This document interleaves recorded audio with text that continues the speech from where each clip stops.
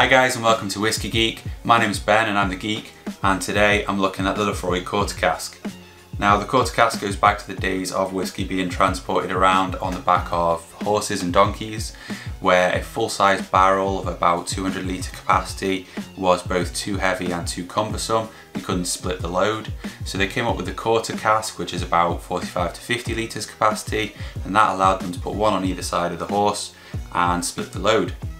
The consequence of that was a much greater wood to whiskey ratio, so there was more surface area, and this accelerates the maturation, the flavouring of the whiskey.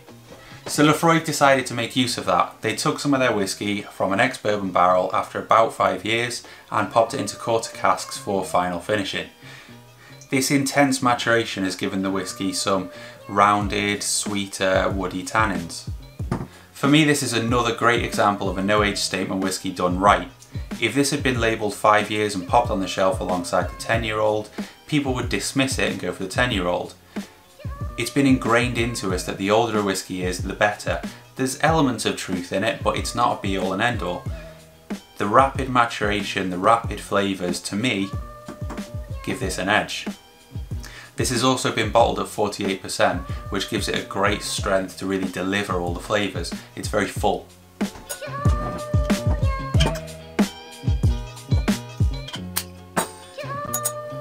There is quite a deep gold colour to this one, a shade 10 Amontillado. Let's go in and try the nose. I really like this whiskey, and I know I really like this whiskey, but every time I go back to it, it always kind of surprises me with just how good it is. You know, it never disappoints. It's really warm and full. It's a thick tarry peat. Lots of sweet woody tannins. It's a bit toffee, bit vanilla. It's kind of a barbecue ash, like it's playing with this sweetness and it's coming out as hickory, barbecued meats. It's really rich, a little bit creamy or waxy. There's like a chilly heat to the alcohol prickle, kind of capsicum. It's evolving really nicely on the nose. There's loads of that wood developing. Vanilla and honey and caramel are all coming out. It's super bold and it's playing with that tarry peat nicely. It's got absolutely no time for the high notes that you find on the 10-year-old. You know, that quarter cask is just swamping them.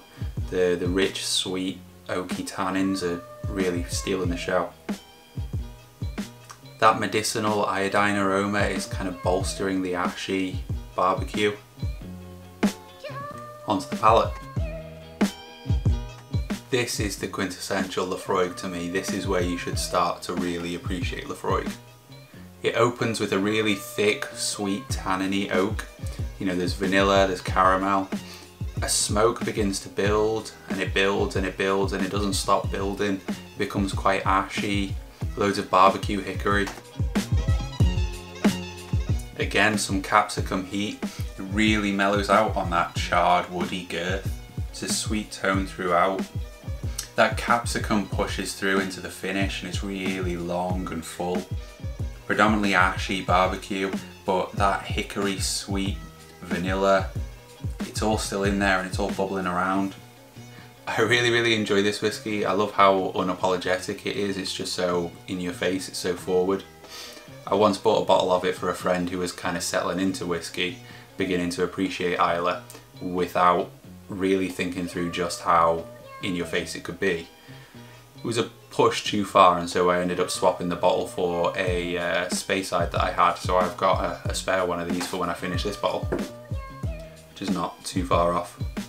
Last time we had a little bonfire, I had a dram of this, and because the air was already thick with an ashy smoke, it really emphasised the sweetness of this, the wood, the hickory.